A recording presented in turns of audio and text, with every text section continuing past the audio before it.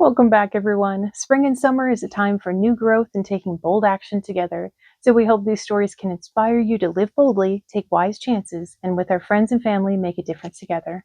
Today we will be reading The Adventures of Wishbone, Digging to the Center of the Earth by Michael Anthony Steele, inspired by A Journey to the Center of the Earth by Jules Verne.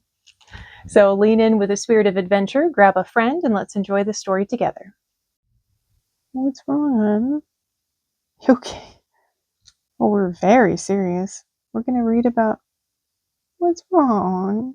We're going to read about Wishbone, okay? Right? We'll lay down. Okay, I'm going to start reading, okay? How about this?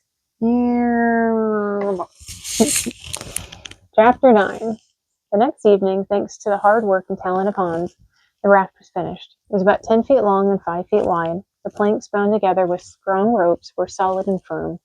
Once the craft had been placed into the water, it floated calmly upon the sea. It had a mast made of 2 pieces of wood fastened together. From the mast, a sail made from a linen sheet flapped gracefully in the wind. Hans worked the rudder. Professor Lindenbrock and Axel sat near the center of the raft, where all their gear was tightly strapped down. The professor was delighted that a strong and constant wind blew the tiny raft across the underground sea at a fast pace. He turned back for a moment and saw the shore they had launched from slowly disappear into the distance. Professor Lindenbrock looked at Axel and said, "We have a beautiful breeze and a splendid sea. We're moving quickly. I believe this sea to be no more than 150 miles long." Where is he getting this? This is ridiculous. Good boy. Just, sure, 150, whatever. What about 2,000? He doesn't know. He looked out to the vast horizon. If I'm correct, it will not be too long until we see land. The professor was eager to reach land and to descend once again. For 2 days they sailed the Central Sea. No sign of land lay anywhere. Professor Lindenbrock, however, knew they weren't in any danger. Okay, sure. Before they left on their journey, they had filled their canteens in the various freshwater streams they had found flowing from the granite walls of the cavern near their camp. Food wasn't a problem either. Hans had been successful in catching some fish. With a hook and line, the skilled guide had pulled up a number of strange fish. They were fish the professor immediately recognized. However, until that moment, he had only viewed the creatures in books and as old fossils he had studied in the past. Amazingly, all the fish that Hans caught with his simple fishing gear had been extinct for millions of years. The ancient fish had something else in common with one another as well. They were all blind. Like many other kinds of fish that lived in dark underground waters, they had no use to see. The discovery of the mutant fish provided the professor's journey with very important scientific knowledge. The bizarre creatures also were an excellent source of food for the long sea voyage of the 3 travelers. Wonder what it tasted like. If it tasted weirder than normal fish. Kind of like when they go to the depths of the ocean and there are all kinds of fish that are either blind or, have lights on them or whatnot. The new plentiful food supply seemed to put everyone at ease. Even Axel seemed to be enjoying the smooth sailing. The professor had underestimated just how large the sea was. Oh, did he? They had entered the shaft 25 days ago and traveled almost 100 miles below the Earth's surface. At that moment, though, they weren't going down any further. Also, they weren't making any progress with their scientific discoveries. The professor thought all of this time spent sailing was a complete waste. He hadn't gone so far away from his home to take a pleasure cruise. Voyage on a raft through an empty sea started to annoy him and make him grow restless. What troubled him even more was the fact that they might not even be following Stackuson's trail anymore. Professor Lindenbrock lay down on his back. Perhaps the sea cruise would pass more quickly if he took a nap. The professor stared towards the top of the giant cavern. Electrical charges danced hypnotically over and through the clouds. Sometimes the 3 travelers had seen a few of the blue-white streaks shoot down from the clouds and strike the water's surface. The lightning holds little danger, the professor thought. The chances of a lightning bolt striking a small raft as it sails along on a large underground ocean are probably 1,000,000 to 1. Professor's eyelids began to droop. He was slowly becoming rocked to sleep by the raft's lazy movements on the water. The light show above seemed to add to his feeling of relaxation. He watched the electric vines quickly branch across the clouds. In one part of the sky, several strands of bright lightning began to swirl into a tiny hypnotic ball. Their circular motion went faster and faster. Fascinating, the professor said sleepily. He watched the ball spin, then fall sharply away from the clouds. It was as if the ball of electric strands had suddenly gained too much weight to float among the clouds. Wonderful, Professor Lindenbrock mumbled. He was almost asleep. Now we can get a closer look. Oh, yeah. Professor shook his head awake. He suddenly leapt to all four paws. A closer look? He asked himself in surprise. He stared at the falling ball of lightning. Tiny circle appears as if it was going to plunge into the water only about 25 feet from the raft. It zigzagged unevenly as it made its way down. When it finally came close to the water's surface, the ball stopped. It hovered briefly above 3 feet from the waves. Tiny sparks of electricity reached out in every direction. Then suddenly the electric ball quickly made its way towards the raft. Uncle? Axel said from the front of the raft. I see it, Professor Lindenbrock replied. The fiery ball slowed as it reached the raft, yet Axel still had to duck to keep from being hit by it. With a loud cracking sound, the bright ball made its way towards Hans in the back of the raft. It slowed and seemed to inspect the raft as it reached out with long, thin sparks. It was as if the object was feeling everything with tiny blue-white fingers. That's creepy. The ball floated and bobbed in front of Hans. Then he started to go back in the direction from which it had come. Professor had to step to the side of the raft as it passed and aim towards the center of the raft. Professor Lindenbrock let out a strong cough. The harsh fumes that came from the sphere made it difficult for him to breathe. The electric globe continued to reach out and touch everything on the raft. It acted as if it was inspecting all the travelers' supplies. More tiny ribbons of electricity moved over their knapsacks. It quickly made its way around the piles of supplies and went towards their small leather pouch of gunpowder. Professor Lindenbrock backed away from the threatening ball and prepared for a terrible explosion. If even one single spark touched the gunpowder, then the entire pouch would explode and also put an end to the raft and its 3 passengers. Oh, here's another picture.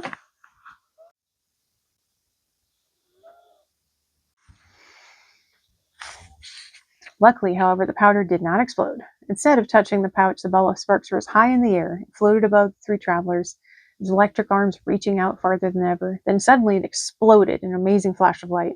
Professor Lindenbrock shielded his eyes with one paw. The bizarre ball of electricity had disappeared completely. The only electricity that remained was what danced in the clouds high above. Professor looked up towards the cavern's ceiling. He now felt that the odds of being struck by lightning were just a little bit higher than he had thought before. Oh, you think? It took a couple of hours for the 3 explorers to calm down after their unexpected meeting with the ball of electricity. There was no way the professor could sleep after that close call. Instead, he tried to take his mind off the long journey by running some more scientific tests. Axel, the professor said to his nephew, tie one of the crowbars securely to the end of our longest rope. He watched as his nephew followed the instructions. When he was finished, he placed the bound crowbar and coil of rope in front of his uncle. The professor then took the other end of the rope in his mouth. With his nose, he edged the crowbar into the water. He watched as the rope quickly unwound from the round of coil of rope. When almost all of the rope was lowered under the water's surface, the professor moved to the center of the raft and braced himself. The rope in his mouth pulled tight with a quick jerk. This disappointed the professor very much. Being a scientist, he wanted to record all the information about the sea. He didn't know how wide it was yet. Since the crowbar hadn't seemed to hit the bottom of the sea, the professor didn't know how deep it was either. Professor Lindenbrock sighed. He stepped over to the edge of the raft. He placed a paw on the rope to hold it steady. Then he released his grip from the end. He moved his mouth farther along the rope and clashed his teeth onto the part closest to the water. He then lifted his paw and pulled the rope back onto the raft with his mouth. As he was moving back to the center of the raft, the line suddenly became heavier and harder to pull in. Akela, Hans, the professor said through clenched teeth. Lend me a hand with this line. Axel and Hans quickly helped the professor. They pulled hard on the slowly moving rope until the crowbar finally broke the water's surface. The professor walked over to Axel as he picked at the crowbar. Axel ran his fingers over what seemed to be large dents made in the iron bar's surface. Tonder, Hans said, leaning over Axel's shoulder. Axel turned to look at the professor. The frown on Axel's face showed he was waiting for a translation. Teeth, said the professor in the same quick, flat way that Hans had spoken. Then what he had just translated hit him full force. Teeth? Making dents like that in a solid iron bar? What kind of giant beast could have made those marks? Professor went over to get a closer look. He gave the crowbar a sniff. He then carefully studied the grooves. He slowly looked up at Axel and Hans. They in turn slowly looked at him and each other. There was a long silence. Boom! The raft rose completely out of the water with a sudden jolt. It floated in midair for a moment, then slammed back on the sea's surface. Professor Lindenbrock dug his claws in the raft, trying not to be thrown overboard. He saw that Axel and Hans were also struggling to stay aboard. "What is it?" Axel yelled, a strong tone of terror in his voice. Hans raised his hand and pointed out. Both the professor and Axel followed his gaze. They saw a huge, shiny, black mass moving away from the raft. Atop the mass, a giant fin sliced through the water's surface. "It is a colossal monster," Axel cried. At that moment, the creature's enormous head surfaced about 50 yards in front of its huge body. Rows of gigantic teeth glistened as its long dolphin-like mouth gaped wide open. An eye as big as a human's head slowly surfaced and blazed wildly in the cavern's electric glow. Professor recognized the horrifying creature at once. "It is most fearful of all the ancient reptiles," Professor yelled. The roar of the splashing water created by the creature almost drowned out his voice. "It is the world-famous Ichthyosaurus, or great fish lizard." He turned to Hans, who was already making his way back to the rudder. "Hans, we must get away from this terrible beast." The three travelers rowed through the great current that the creature's enormous tail had created. Hans used a rudder as a paddle and quickly turned the raft around. Professor Lindenbrock and Axel watched the Ichthyosaurus as it turned around as well, began to make its way towards their tiny raft. The beast looked like a hideous porpoise the size of a whale. Its shiny black skin glistened under the electricity above. Suddenly, the professor heard another roar of gushing water behind him. He turned to face the front of the raft. He saw another giant's head rise from the water. This time there was nobody behind it, only a single head the size of 3 of the rafts put together. Water flowed off the scaly head as it quietly floated there in front of them. With its mouth closed, its giant eyes stared at them as the raft headed straight for it. From where the travelers were, all the creature would have had to do was open its mouth, and the raft and its passengers would sail right in. The second creature did open its mouth, but instead of swallowing the travelers whole, it let out a deafening roar. The smell of rotting fish filled the air as the monster's breath blew over them like the fierce wind from a hurricane. Then the head rose out of the water, revealing a long, scaly neck. The creature's neck kept rising and rising. Finally, it towered above the raft like a mighty tree. At last, its giant body rose behind it from the water, and 4 enormous fins splashed on all sides of it. The professor was unable to identify this creature as a Plesiosaurus, an immense dinosaur from the Cretaceous era, almost 65 million years old. Hans had stopped paddling. He had removed his rifle from around his shoulder. The professor knew, however, that the lead ball from a gun would have little effect on the thick, scaly armor of this creature. Professor Lindenbrock turned to the rear of the raft. There he saw the Ichthyosaurus closing in on the raft. Its mouth was wide open to receive its dinner. Then the professor turned and looked high above them to the Plesiosaurus doing the same. Its long neck bent as the open mouth came rushing towards the raft. "So this is how the adventure will end," the professor thought. "There is still much to discover. Now we are doomed to be torn to pieces and swallowed by 2 ancient dinosaurs." The professor looked back and saw that Axel now had the rifle. Hans was quickly paddling the boat from between the 2 giant sea creatures.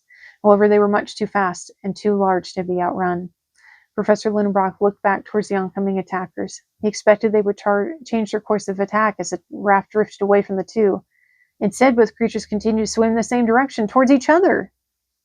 They weren't after the tiny, meaningless raft. They were attacking each other. The Plesiosaurus lunged at the Ichthyosaurus. Its long, whip-like neck pushed its head down upon its foe with an amazing speed for such a large creature. Its open mouth locked onto the Ichthyosaurus' neck. The large dolphin-like creature rolled in defense. It pulled its long-necked attacker towards it like a giant spool, rolling its thread. Finally, the Plesiosaurus released its grip, backed off, and circled around for another attack. Professor Lindenbrock could not believe what they were witnessing. The enormous animals attacked each other with incredible fury. Such a fight had probably never been seen before by human eyes. The sea beasts raised mountains of water, which dashed spray over the raft as it was tossed to and fro by the waves. Hideous hisses and fierce roars seemed to shake the gloomy granite roof off the huge cavern as the deadly warriors held each other in a tight grip. Several times the professor expected the raft to be overturned and throw headlong under the waves. Can you see the picture? Ta-da!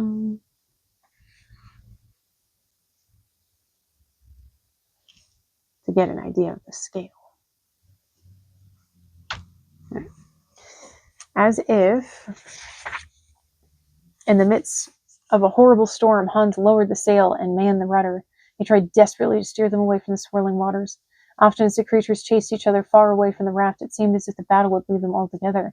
But just as they left, the 2 ancient dinosaurs would make their way back towards the tiny raft to toss it around once more in their wake. Then, as quickly as the chaos had begun, it was over. Ichthyosaurus and the Plesiosaurus disappeared beneath the waves. Behind them they left a rough and choppy sea. Their departure came so quickly that the travelers' raft was nearly sucked down in the whirlpool the beasts had created. As the sea began to calm, Professor Lindenbrock looked at Axel and Hans. Hans had stopped paddling. Now he scanned the horizon, and Axel did the same. The professor turned his gaze back to the now calm sea. Except for a small ringing left in his ears from the monster's roar, all was silent.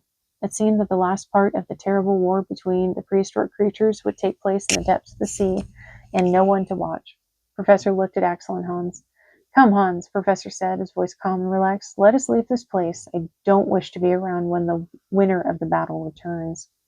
Hans handled the rudder. Axel sat down the rifle and raised the sail.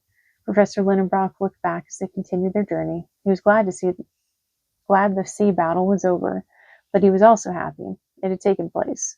No one had probably ever witnessed what they did that day, and even though he wouldn't trade that memory for anything, Professor decided not to take any more depth measurements for the rest of their sea voyage.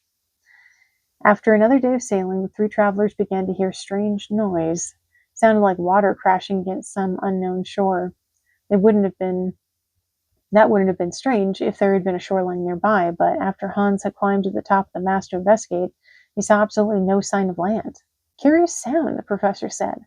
What if it is a mighty waterfall? Axel asked. What if we sail over its edge and into a deep hole? Then at least we will be moving forward on our journey to the center of the earth, the professor replied, his tail wagging.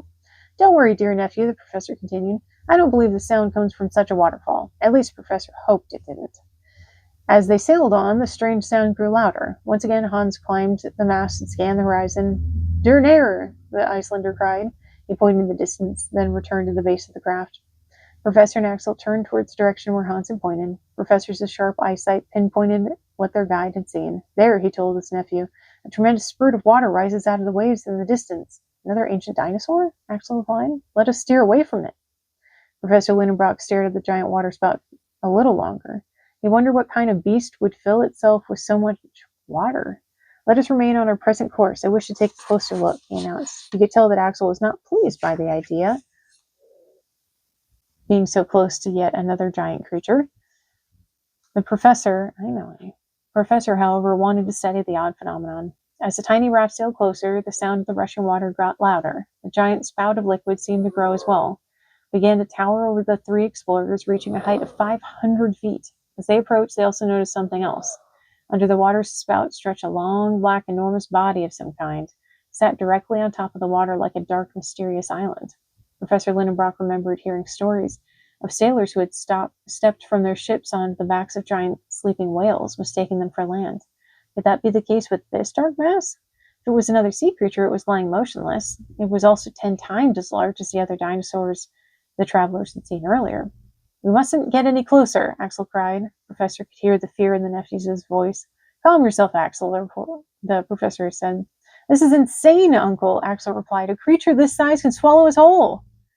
Professor Lindbrock had to admit that he too felt a sense of fear beginning to make a knot inside his own stomach. They sailed a bit closer, and once again Hans pointed towards the menacing object. Home, he said. An island, the professor translated. Yes, of course it is. The professor's tail wagged wildly. But what about the water spout? Axel asked. Geyser, said Hans. The professor laughed. Of course it's a geyser.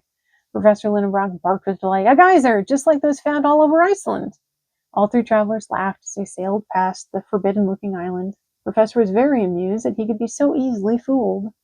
Then again, with everything that they had experienced so far, he felt anything was possible. Thanks for joining us, and I can't wait to see you next time.